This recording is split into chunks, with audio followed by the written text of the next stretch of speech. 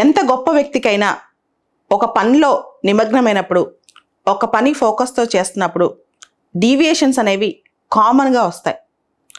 అందరూ మానవ మాత్రులే. డీవియేషన్స్ అనేవి సహజం. అంటే ఒక పని చేసేటప్పుడు దాని మీద ఫోకస్ పోవటము, ఇంకో దాని మీద ఫోకస్ అవటము, లెస్ ఇంపార్టెంట్ థింగ్స్ మీద మనం డివేట్ అయిపోవటము ప్రతి ఒక్కరికి జరుగుతూనే ఉంటుంది. ఇలా జరిగినప్పుడు చాలామంది మనకు సలహాలు ఇస్తుంటారు, మనం కూడా ఆలోచిస్తూ ఉంటాం. కొంచెం బ్రేక్ తీసుకుని ఎక్కడికైనా వెళ్ళిపోదామా, లేదా వేరే ఎంజాయ్మెంట్ ఏదైనా చేద్దామా, లేకపోతే ఏదైనా ఇంకొక పని చేసుకుందామా, ఇది మన వల్ల కాదేమో, ఇట్లాంటి డౌట్స్ వస్తూ ఉంటాయి.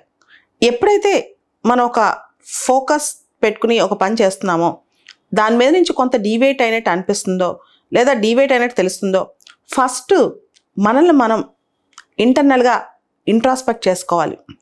ముందు మనం చేయాల్సిన పని అది. అంతేగాని అది అంతా పక్కన పెట్టి ఒక బ్రేక్ తీసేసుకోకూడదు.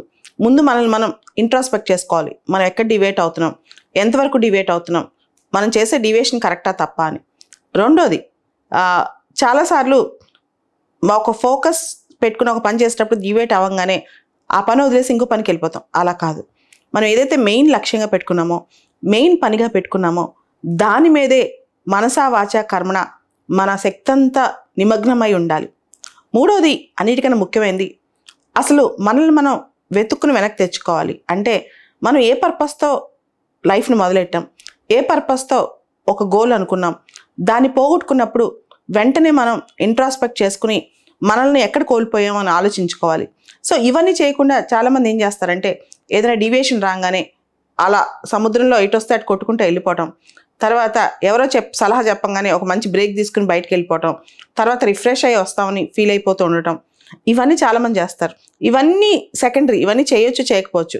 కానీ మేజర్గా మనల్ని మనం ఎక్కడ కోల్పోయామో అని తెలుసుకుని దాన్ని వెతుక్కుని తెచ్చుకోవాలి. అంటే మన లక్ష్యాన్ని ఎక్కడ మనం మిస్ అవుతున్నాం, ఎక్కడ డైవర్ట్ అవుతున్నాం, ఇవన్నీ చూసుకుని దాన్ని మనం వెతుక్కుని తెచ్చుకోవాలి. ఇప్పుడున్న కాంపిటేటివ్ వరల్డ్లో 100% ఫోకస్ లేకపోతే మనం చేసే పని మీద ఇంత క్రూయల్ కాంపిటీషన్లో మనం బయటపడలేము అనమాట. అంటే మనం సక్సెస్ సాధించలేం. కాబట్టి డివియేషన్ రాగానే అది ఎక్కడ జరిగిందో అర్థం చేసుకోవాలి. కొంత టైం పట్టినా పర్లేదు, ఎక్కడ జరిగిందో అర్థం చేసుకుని వెనక్కి తెచ్చుకోవాలి. అలా కాకుండా ఇంకా ఈ గోల్ మనకి మిస్ అయిపోయిందని వదిలిపెట్టామా, లైఫ్ అక్కడితో ఖాళీ అయిపోద్ది.